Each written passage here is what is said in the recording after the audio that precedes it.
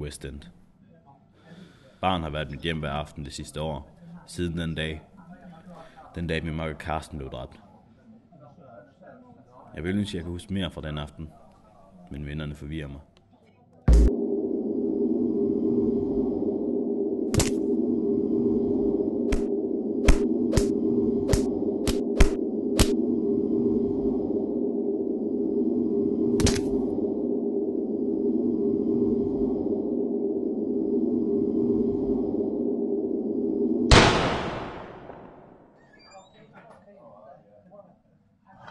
Vi vidste, vi var på sporet af en stor fisk.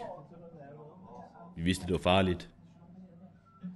Vi havde arbejdet med sagen i 6 måneder, og vi var endelig ved at finde frem til toppen af en af undergrundens hurtigst voksende forbryderorganisationer. Før vi vidste af det, gik vi i deres fælde. Hvad fanden skete der?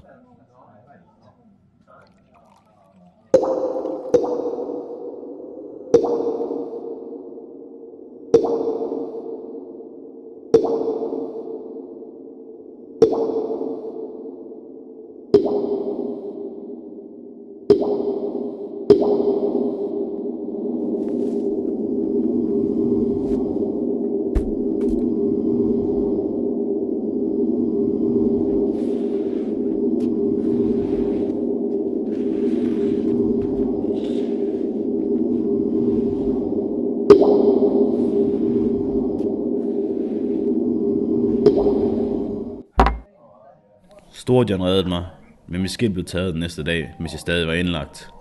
Nu har jeg kun sprut, og ingen damer. Fuck et lorteliv.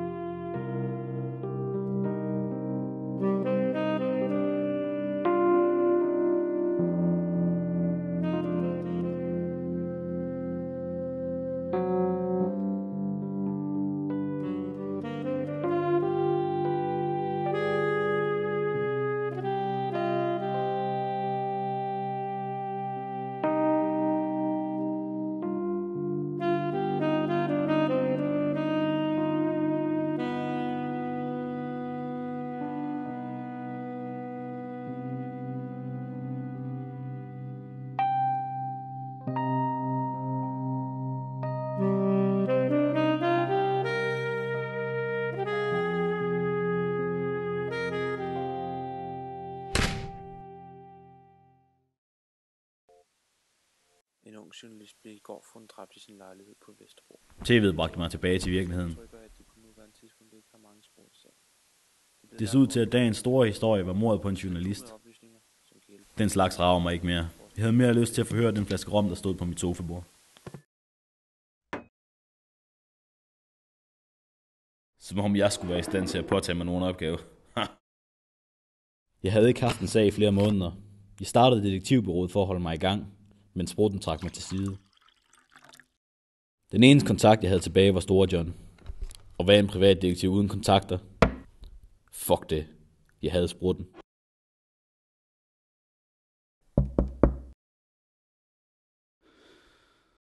Hvem fanden kunne det være? Jeg ventede ikke nogen. Jeg gjorde mig klar til at blæse vedkommende væk, da det gik op for mig, at det var Marie. Hun hedder Marie, men vi kaldes Marie. Kvinder. Hun var præcis lige så fræk som sidst jeg så hende. Jeg kunne straks se, at hun ikke var kommet, fordi hun savnede mig. Hun fortalte, at hendes bror var blevet myrdet dagen forinden. Det fik mine tanker tilbage på den historie, jeg så i fjernsynet. Marie bad mig undersøge sagen, og hvem fanden kan sige nej til hende? Jeg lovede hende at kigge på det.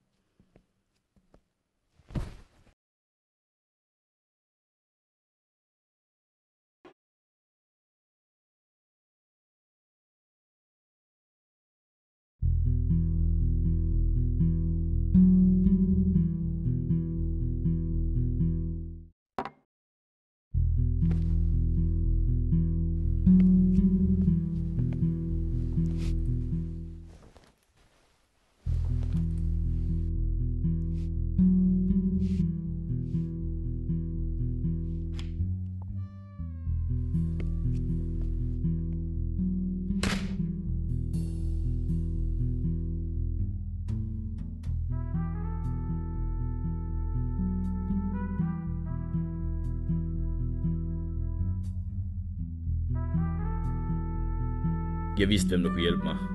Store John. Han er den eneste, jeg kunne stole på siden den lortedag.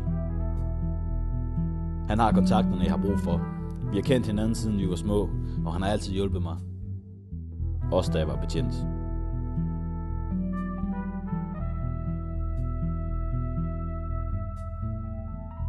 Han bad mig møde ham under broen. Jeg ved ikke, hvorfor helvede han altid skal være så dramatisk. Men okay, han er mit eneste håb for at løse den her sag.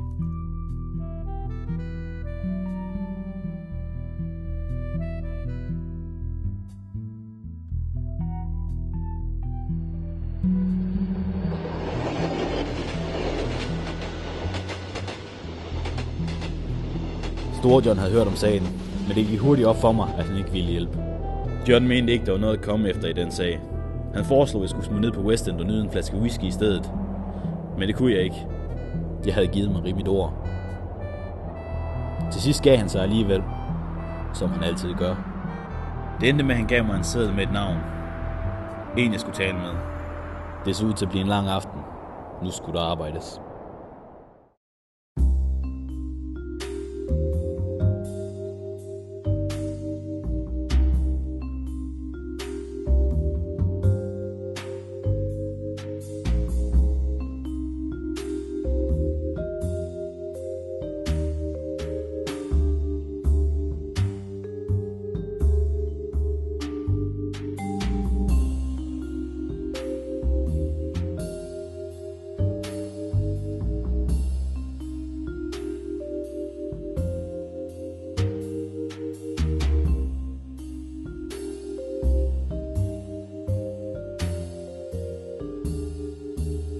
Efter en travl aften, hvor jeg fik taget med et par stykker, fik jeg adressen på en, som var tæt på mordet.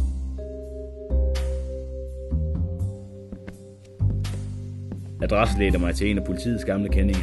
Jeg har anholdt svinet flere gange, men denne her gang skulle han have et uofficielt besøg. Han har altid været blandet ind i en masse lort. Det typiske eksempel på, hvad der sker, når en lille fisk får de forkerte venner. Han var ikke hjemme, så jeg besluttede mig for at holde et lille surprise party for ham.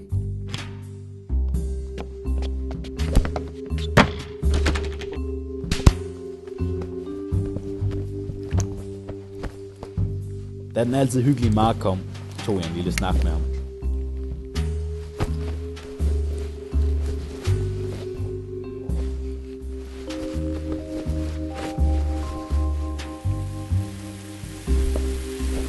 Da vi ville lave lidt mad, kom jeg pludselig i tanke om nogle billeder, der lå i en skuffe. Jeg sagde tak og åbnede skuffen. Store John, pis. Så billederne er grunden til, at Maries bror blev slået ihjel. Jeg genkender straks den anden på billedet. Han var der, da Carsten blev slået ihjel. Nu er det personligt. Jeg ringede til Marie og bad hende møde mig i min lejlighed. Det skulle gå hurtigt. Der var ikke et sekund at spilde. Jeg sagde farvel til Mark og skyndte mig ud af døren.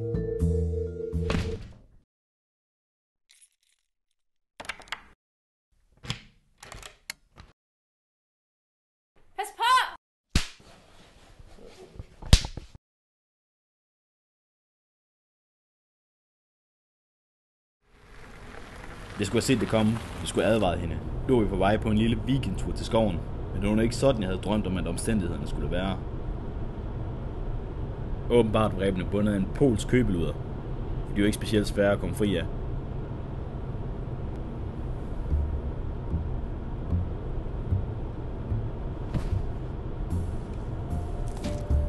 Og hvem siger, at man kun får brug for en kniv i strømpen på film? For en gang skyld havde jeg de gode kort på hånden.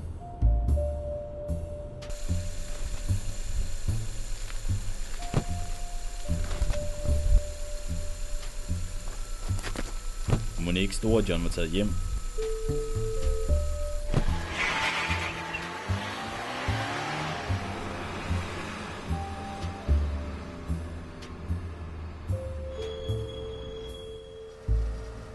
I hans lejlighed kunne vi se, at lyset stadig var tændt.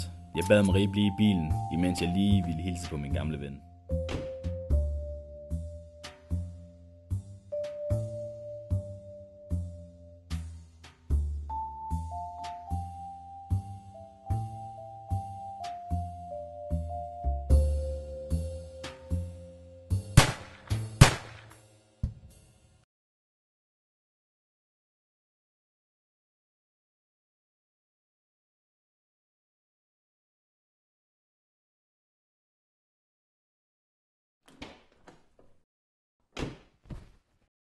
Jeg spurgte Marie, om hun havde lyst til en drink. Det havde hun.